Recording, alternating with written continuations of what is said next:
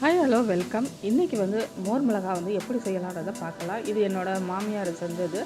அவங்க ஊரில் செஞ்சு எங்களுக்கு கொடுத்து அனுப்புவாங்க. அவங்க நிறையா அவங்க எங்கள் தோட்டத்திலே இந்த மிளகா செடியெல்லாம் வளர்க்குறாங்க. அவங்களோட கார்டன் டூர் நான் இன்னொரு டைம் போடுறேன். அவங்க நிறைய செடி வச்சுருக்காங்க. காய்கறி செடியிலேருந்து பூக்கள் செடி முதல் வரைக்கும் நிறைய செடி வச்சுருக்குறாங்க.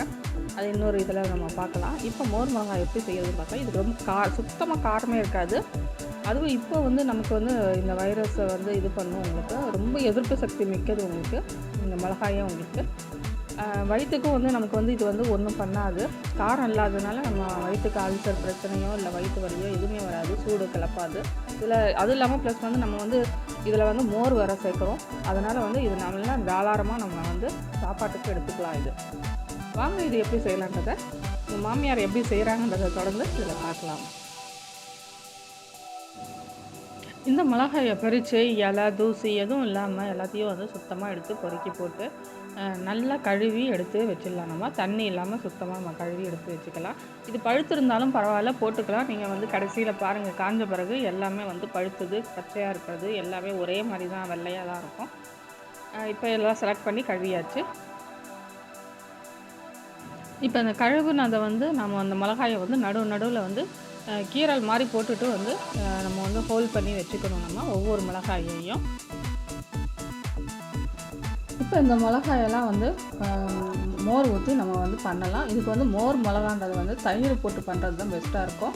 தயிரில் கொஞ்சம் கல் உப்பு கொஞ்சம் போட்டுட்டு இதை போட்டு நல்லா ஃபுல்லாக நம்ம பெசர போகிறோம். நீங்கள் மோர் மிளகான்னா மோரை தண்ணியில் அடிச்சுட்டு நீங்கள் பண்ணிங்கன்னா அது திரும்ப திரும்ப அது காய அந்த மோரில் மோரையும் காய வைக்கணும், அந்த மிளகாயும் காய வச்சு திரும்ப 3 நாளைக்கு அது இழுக்கிற வரைக்கும் நீங்கள் காய வச்சுக்கிட்டே இருக்கணும்.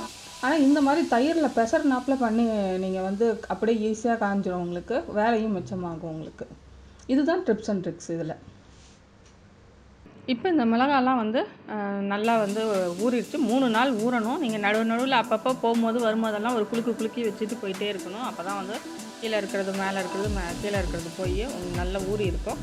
இப்போ இந்த ஊறினதை நல்லா ட்ரை ஆகி நல்லா காயாற அளவுக்கு முருகலாக காயிற வரைக்கும் நம்ம டெய்லி அதை அந்தந்த வெயில் டைமை பொறுத்து தான் அது.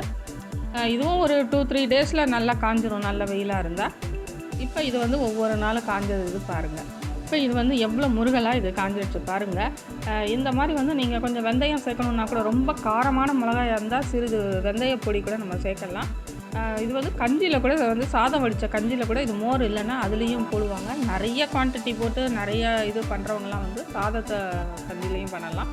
அதுவும் குளிர்ச்சியை கொடுக்கக்கூடியது தான் ஆனால் அதிகமாக மோர் மிளகானா இப்படி தான் செய்கிறது. இப்போ இந்த காஞ்ச அந்த மோர் மிளகாத்தில் நம்ம வறுக்கலாம். ஒரு வானலில் நம்ம டீப் ஃப்ரை பண்ணுற அளவுக்கு இதுக்கு எண்ணெய் தேவையே கிடையாது. இது ஜஸ்ட்டு நம்ம ஃப்ரை பண்ண அளவுக்கு எண்ணெய் விட்டாலே போதும். ஒரு ஸ்பூன் எண்ணெய் அந்த அளவுக்கு விட்டாலே இது போதும். இதுக்கப்புறம் இது கொஞ்சம் கமரலாக இருக்கும். அதனால் நீங்கள் எக்ஸாஸ்ட் ஃபேனை ஆன் பண்ணிவிட்டு அதுக்கப்புறமா இது வறுக்க ஆரம்பிங்க.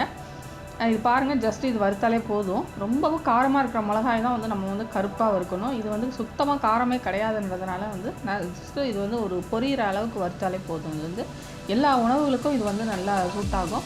சாம்பார் சாதம், ஒரு பிளைன் சாம்பார் சாதம், கீரை சாதம், அந்த மாதிரி வெரைட்டி ரைஸ் இது எல்லாத்துக்குமே இது துணை உணவாக ரொம்ப நல்லாயிருக்கும்.